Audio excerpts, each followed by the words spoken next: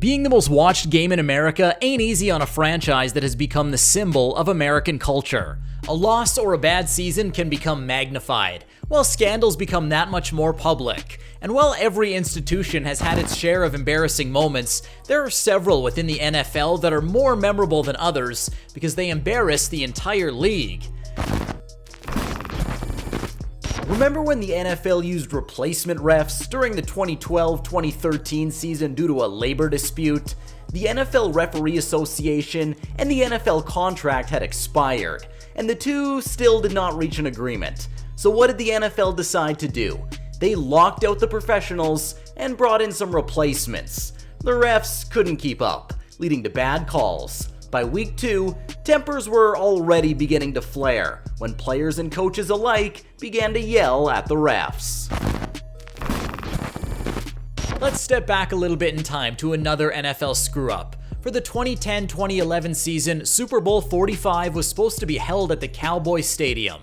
In a bid to get more people in the stadium, there was an attempt to arrange a seating area for another 2,000 people, and tickets were sold for these seats. The problem was that these seats were never completed. It took 4 years for the lawsuits to finally settle down, as fans claimed the NFL misrepresented the availability of these seats. But just to add the cherry to that delicious awkwardness sundae, that wasn't the only screw-up that night. As the grumbling, reseated fans sat down to watch the game, Christina Aguilera belted out her rendition of the national anthem and totally messed up in the middle of the song. Of course, that screw-up is not as memorable as the great wardrobe malfunction of Super Bowl 38. Justin Timberlake and Janet Jackson gave the halftime show that year. It was an excellent performance, with the addition of Justin Timberlake being an unexpected but pleasant surprise. Of course, that's not the surprise that everyone remembers. As Justin Timberlake sang the last lines of Rock Your Body, Gotta Have You Naked by the end of this song, he delivered, yanking on Janet's top and exposing a titty to the world. The stage lights couldn't turn off fast enough. Thanks to all the outrage that followed, the fans got 2 years of much tamer halftime shows. Speaking of scandals, there's nothing more notable than the scandals that the NFL has produced. And if you lived through the 90s, then there's one name that you'll remember, even if you aren't a football fan: O.J. Simpson. For those of you too young to remember, Simpson was a superstar in the NFL in the 70s. His face was everywhere. He had turned to acting while his career in the NFL took off and continued into the 80s and 90s, appearing in TV shows and movies such as the Naked Gun series. And then in 1994, Simpson was charged with the murder of his ex-wife, Nicole Brown Simpson, and her friend, Ron Goldman. He was acquitted in criminal courts, though found liable in civil courts. To many, it looked like he had gotten away with murder.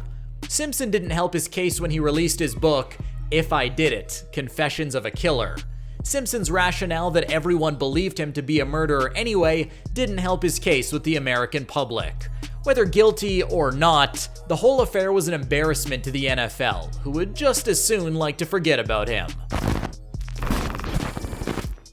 But O.J. Simpson is a case of a retired football star. It becomes more embarrassing when that player is active in the league. And while there are many names that we can throw out there, one of the top names is Michael Vick. To refresh your memory, Vick was arrested in 2007 for illegal dogfighting. The league suspended him indefinitely, and Vick went to prison for almost 2 years. Philadelphia later picked up Vick and he continued with his career as if nothing had happened. This isn't to say that people don't deserve second chances, but the whole episode did not exactly shine the best light on the NFL. Bill Belichick and the New England Patriots under Tom Brady are both beloved and hated throughout the NFL and football fandom. The team had 7 championships with Brady and have had one of the best track records in the NFL under Belichick. If you're a fan of a team that has lost to the Patriots, you may be justified in hating them for that alone. But it gets worse when there's a scandal involved. In 2007, the Jets accused the Patriots of taping their defensive signals, which was illegal according to NFL rules.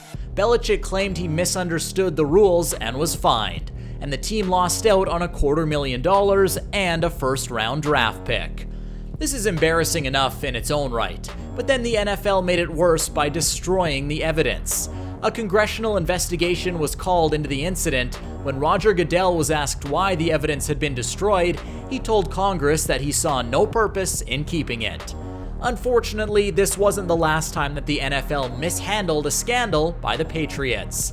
In 2014, it came out that the Patriots had used deflated balls against the Colts. Brady was suspended for 4 games and then came back to win the MVP award in the next season. When scandals like this happen, it doesn't help the embarrassment factor when the NFL seems to choose to react poorly. And speaking of poor choices, Eugene Robinson was a safety for the Falcons. That was the kind of dude that people should look up to. He was a family man, an outspoken Christian, and a man of seemingly high moral character.